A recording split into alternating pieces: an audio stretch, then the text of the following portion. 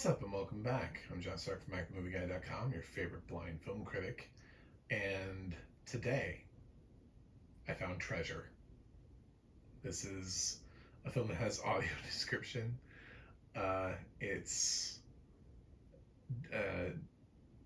deluxe, narrated by Nicole Sanzarella, and because the film has scenes where people speak in Polish, they did hire a couple other audio description talent to narrate along with it. One of them was William Michael Redman, and I didn't get all the names, but I thought it was really cool. They did that thing again at the end, which is super helpful, where each one of the people says their own name at the end, so that way you're like, oh, so match that voice to that voice. So I'm like, that's cool. I like that. So yeah, good job. Um, and oddly enough, this is Bleecker Street, and they're like getting into the audio description game. It used to be with Bleecker Street films. I was like, I don't know if they're ever gonna. Technically, I did rent this, so I still don't know if they're gonna pass it down. I've seen a lot of Bleecker Street movies that have appeared on a streaming service without audio description. So I've kind of, in the meantime, when I choose my rentals, I usually choose it based on studio. I'm like, where is this film going? I kind of got a little screwed on Tarot because I thought Tarot was headed to was headed to Stars, and I got that wrong, and now it's on Netflix. And I'm like, fuck, I could have just waited for that movie. Anyway, neither here nor there. I have a blind audience, so I'm wearing I think purple. I've got my purple hat on. It's like I totally forgot. Uh, Black sunglasses and a Captain America hat. So, what is Treasure? Treasure is a story about a daughter played by Lena Dunham, who is known for her work on Girls. She is taking a trip to Poland with her father, played by Stephen Fry, so that she can sort of explore this country that he came from during, World War II. Like he was a Polish Jew that was forced into the ghetto. He mentions, a lot of Holocaust mentions and stuff like that, and things of the period, and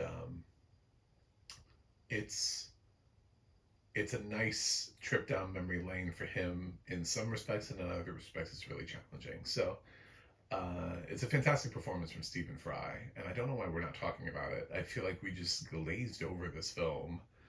I thought Stephen Fry was tremendous here.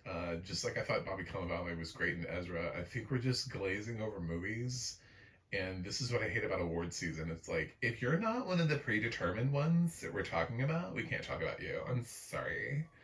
So I'm like, where are these people? Stephen Fry is killing it in this movie. He is so good, so emotional. And that accent is like on point. Uh, I don't know. I was like, it's very, it's just a very surprising performance from Stephen Fry. I just think he's excellent in this. So, yeah, there's a lot to unpack with Treasure. And it does take place in 1991. So obviously, because if we were 2024 and you're trying to go back with your father, who was in, Warsaw during Nazi occupation, you're going to need an actor older than Stephen Fry. you're, you're going to need to put some, bring someone back from the, I don't know who's 90 and still acting. Dick Van Dyke is going to need to do this movie. I don't even know if he's Jewish, but I can't think of anybody else who's that old who could potentially look like, yeah, maybe. Um, so yeah, he he goes through the beats, and And it's this really interesting dynamic, because Stephen Fry's character, the father, is always trying to, like, he wants to do different things, and like she's like, well, I booked a train, and you can see he's really uncomfortable with the train. And I don't know that he's ever ridden on a train. And as I started picking up what this film was putting down, I was like, you know, they used to put Jews on trains. Like, that was maybe the last time he ever saw a family member was them being put on a train. And then, you know, I mean, a train could be like a trigger warning for him. Like, he may have gone his entire life without ever stepping foot on a train after this. Like, that could be a horrendous experience for him, that he just hasn't decided to share with his daughter, and he's just trying to pull her away from it. He's like, well, let's use a taxi. I've already rented the taxi. I already paid for the taxi. And she's like, but Dad, I paid for the train. I'm not out of money.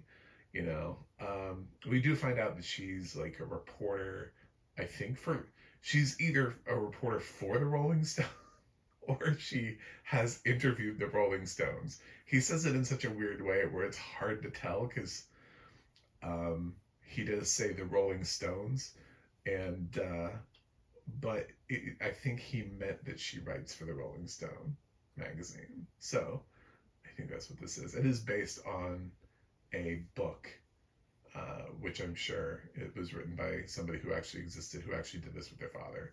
So that's my guess, not having read the book.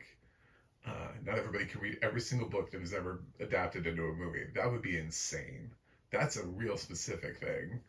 That's a YouTube channel with somebody who's doing a lot of work, because there are a lot of adaptations every single year. Um, but so this taxi driver, he's around for quite a bit of the movie because Stephen Fry basically pays him to be their taxi driver slash chauffeur for the entirety of their time there. She's gotten them a hotel. They every time that they need to, they grease the wheels with a little bit of cash, so he ends up always overpaying for things. So they have like two rooms, but they're on two different floors, and he's like, no, I need to be close to my daughter. So they pay like he pays them like a little bit more, and suddenly they get this like suite with like a conjoined room, so that he's literally just like right next to her instead of like on like three floors apart. So it's this interesting exploration of family history, genealogy, where did I come from? Um, you know, for him, it's a look at what was left behind, their ruins.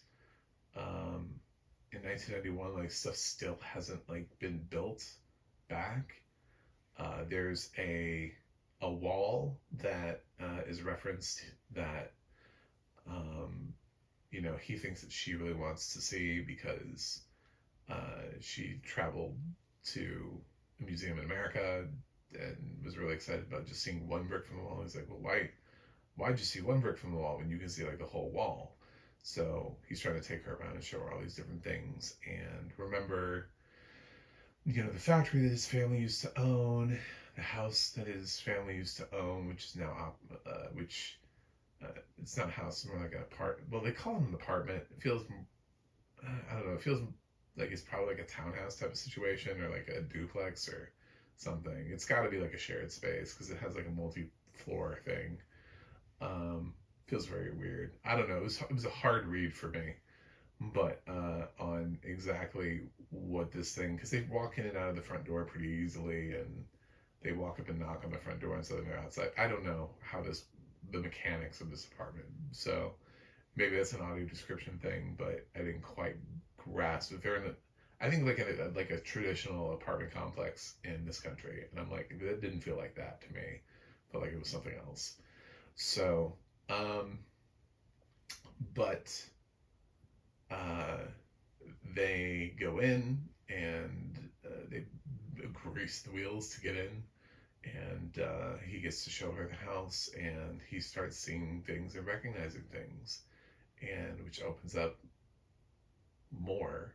And then that's the thing about this film is it's really like peeling back layers of onion. I don't want to go too much further because I don't want to spoil it, but it is it's just a really sort of rich experience that I really enjoyed. And a lot of that had to do with Stephen Fry's acting. I thought he was exceptional in this film. Um, I wish Lena Dunham was able to come up to his level. She kind of maxes out. She just is not. She doesn't have the body of work dramatically to be able to match him on any level. It's not that she's bad, but she does feel like almost at sometimes that she is the young one watching a master at work. It's just like we have so many young and up and coming talent, but if you put them with like a goat, it's going to reveal really quickly which one, like who has the range, who has the experience.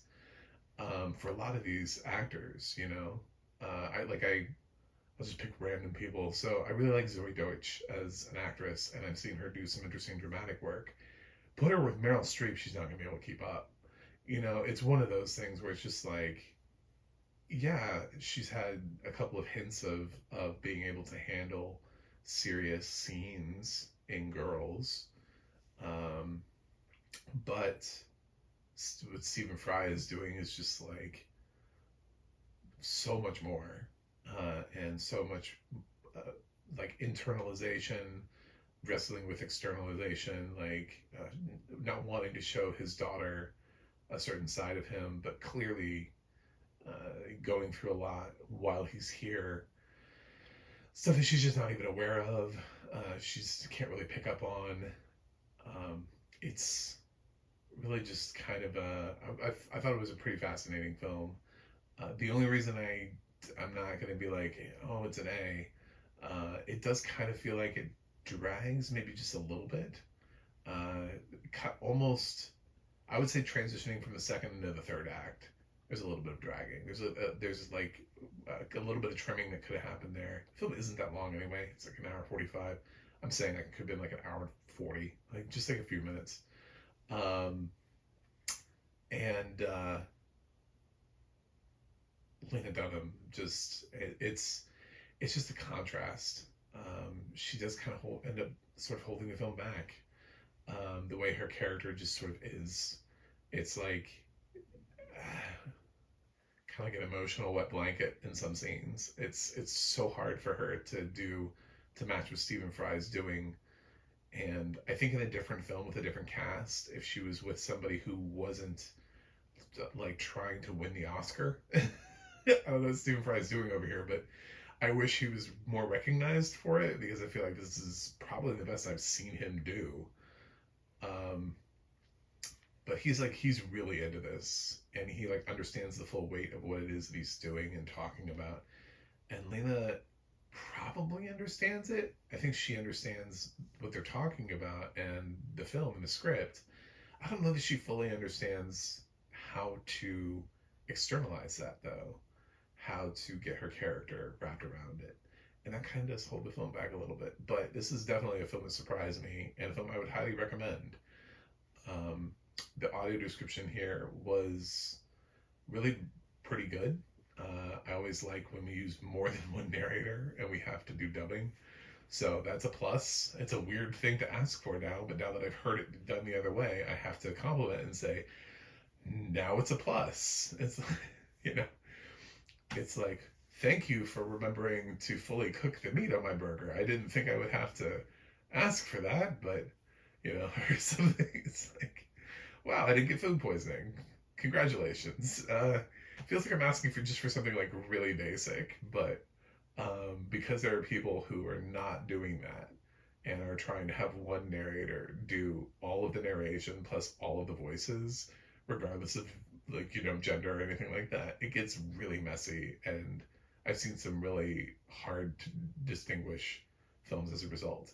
So I really appreciated the craft that went into this audio description track. Deluxe usually does really strong work. And I think this audio description track really supports Stephen Fry. I think the audio description track really supports the landscape that they're in, this journey to Poland, and this journey into a formerly Nazi-occupied territory. So, like, what does it look like? What does the interior of this apartment look like when they go into it? Since this is the apartment that he used to grow up in, what do these locations look like and represent? So, I think it does a really nice job of that.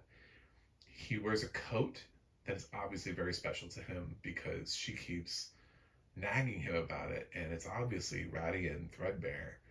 And there's a story there. You know what I'm saying? Like there's a story behind this coat.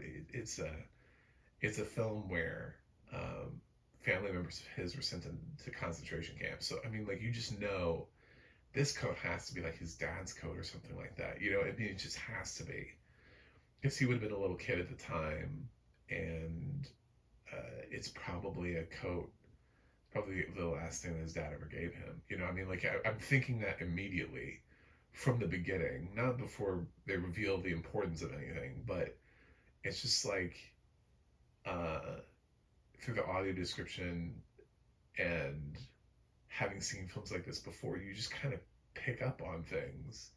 It's so weird that Lena Dunham's character doesn't. She's good at playing that, but at the same time, when she needs to then flip the switch and she's like, oh yeah, I know what we're doing now, it just doesn't feel like it flips. It just doesn't feel like, you know, I don't know, very weird film, especially if this is a memoir from her perspective.